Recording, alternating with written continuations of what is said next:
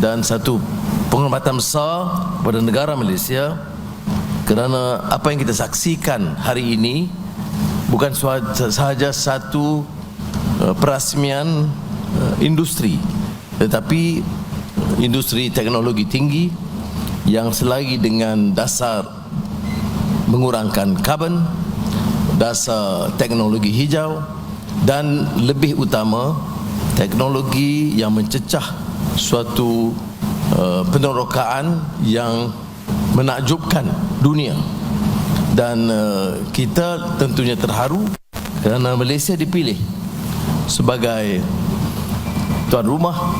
Dan oleh itu saya ucap terima kasih kepada MITI, kepada Menteri Besar Kerajaan Negeri dan Kulim High-Tech kerana kerjasama yang diberikan yang mempercepatkan dan melicinkan proses. Lebih utama penghargaan kepada Infineon Technologies dan rakan-rakan yang bekerja menjayakan projek ini. Excellencies, ladies and gentlemen, of course I am extremely delighted to have Infineon here, which surprisingly have excited not only here, friends here, but the entire region. Sandbag and Lucas, you are probably aware that we have exploited the presence and the support of Infineon as a pillar in our effort to encourage investments into this country. So for that, I salute Infineon. And when I was in Germany, in the invitation of Chancellor Olaf Scholz, in my discussions with him, Infineon, of course, was mentioned. He was extremely delighted that we welcome you, and that Infineon have agreed to expand your activities here and becoming a very large semiconductor enterprise. And in fact, he was joking in the lighter note, saying that, Prime Minister Anwar, I would have wished that they expand and focus in Germany. But on a serious note, you know that it is a major activity in industry in Germany, well known to the world, and for us it is certainly a remarkable feat indeed. So there are a few issues that I like to raise here. First, your presence is not only an entry into what is considered a new technology, with green technology, with a highly focused and precise industry. And I want Malaysians to share this, to understand that this was built through research, highly skilled professionals and dedicated workers, and great discipline. And that's why you have created Infineon as a major semiconductor enterprise, fab industry, and now a leading edge in this field. This does not happen, as you know, except for a clear direction, of course, policies of government that encourage those, but the enterprising professionals and researchers in all fields. And we are fortunate again, because when you enter this fray with value-added activities, it becomes a potential catalyst for us in Malaysia. For example, to understand that nothing works without a clear discipline and focus. Nothing works without focus on research and development, and creating highly skilled professionals that can fill this gap. So, in the decades that Infineon was involved here, in the wafer fabrication at the back end. But what is to me astounding is the Infineon interest and commitment and confidence to enter into a new enterprise in the front end of fab industry, which is, to my mind, a great feat. And I think Malaysians should understand that it is not a normal wafer fab technology. We have now been recognized to be able to receive an outstanding technological enterprise that now cater for a front end. And therefore, it shows that Malaysia has now gone up the ladder. And we then need to be prepared. The infrastructure must be great. This involves Kulim High Tech, the state government, and the federal agencies. We should not and cannot tolerate inefficiency, any delays.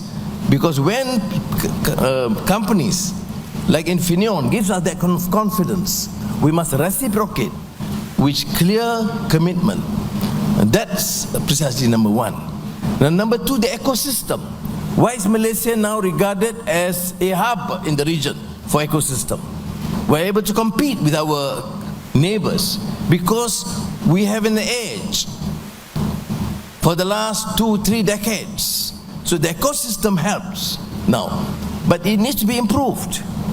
I've always emphasized the need for resilience. This culture of complacency or culture of contentment will not lead us anywhere.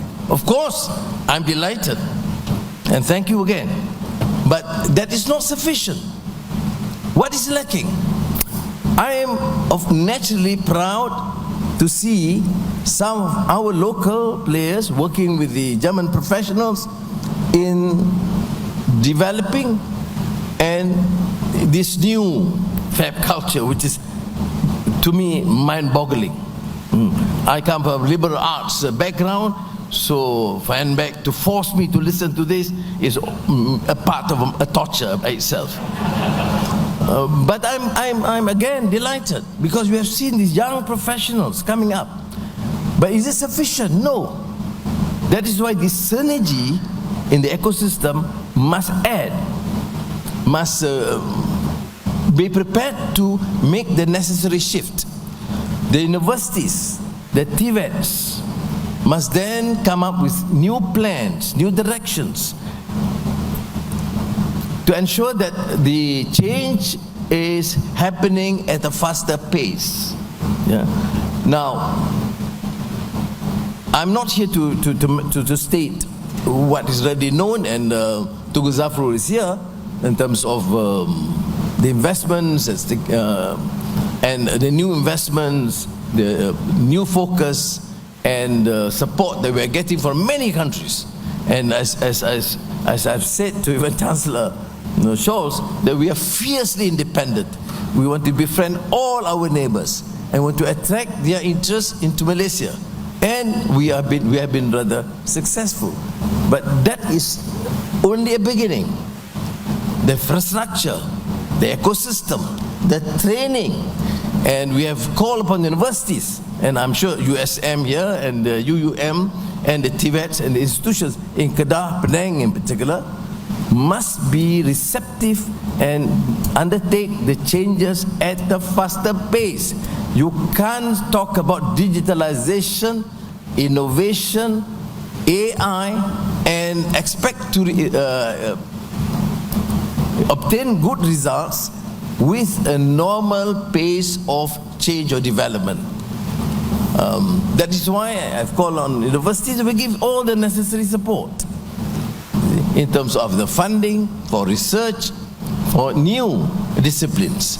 I've mentioned this in Kuala Lumpur that a normal university, when they want to start a new discipline, will take at least 1.5 years. It goes through a department, and then through the dean, to the board of studies, to the senate, and then to the Ministry of Higher Education. I say, if you use that pace, it's no longer post-normal world. Post-normal world requires change which is spontaneous at an unprecedented pace, because once you slow down, you will lose the race and competition.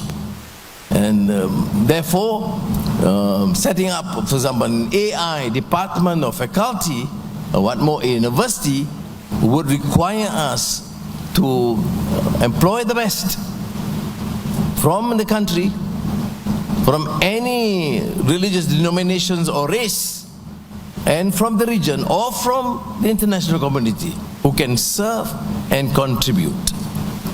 So the pace of change, and to appoint those who are very qualified, is of course a prerequisite to ensure the success of this endeavor. And we require 60,000 highly skilled engineers by 2020. But now we have adjusted, probably by 2027. At the rate we are given the support, then the interest shown. As I've alluded earlier, the Malaysia now is considered to be a hub for semiconductor industry. And this again is a remarkable feat, thanks to all the stakeholders for playing their part. But my concern, as I've said, and I think, and you can hear this, because to show that we are not sitting on our laurels.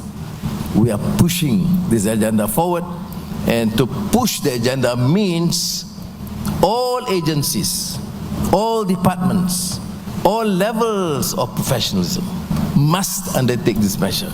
I mean, this need to be emphasized. I believe my colleague, the Minister and Menteri Besar would share this sentiment with me, that we cannot expect to be regarded as a successful player in this new technology if we continue to work at a normal pace. There are some other challenges. Infineon is known. I'm not going to talk about fab, you have the expertise. But I understand the ecosystem that is required. It's not the old Infineon that you started, because you require green energy. From where? From the country.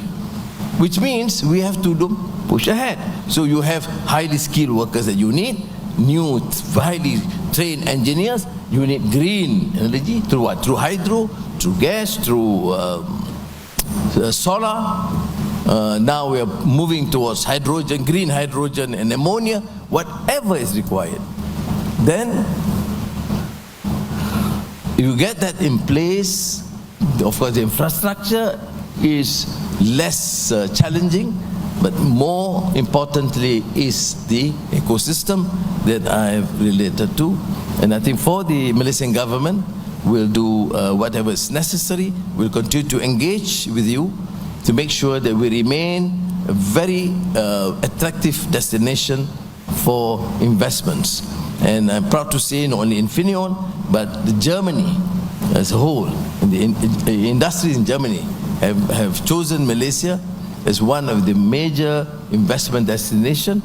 And our visit, organized by MITI, MIDA, and our colleagues, have shown that in even the SMEs that conference that I attended, and also Hamburg, which is more aristocratic environment, where they forced me to use a black tie. But I've seen this interest. My focus is now to ensure that we do reciprocate and we take the adequate measures now so that our economy would continue to grow.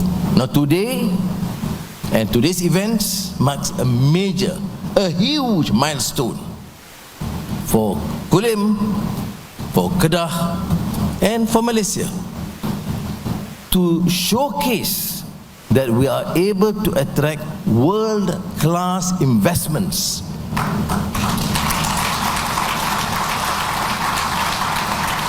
So, handback, sir, thank you very much, because it is not just an ordinary feat.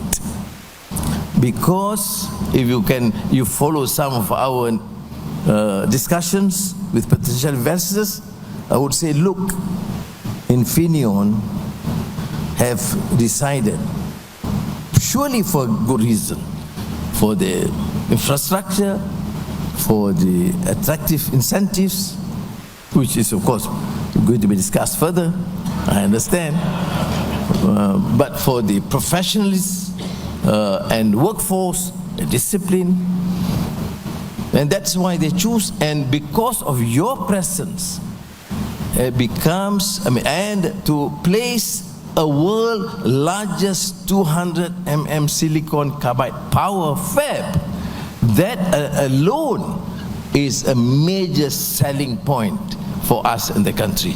So thank you very much. Assalamu alaikum.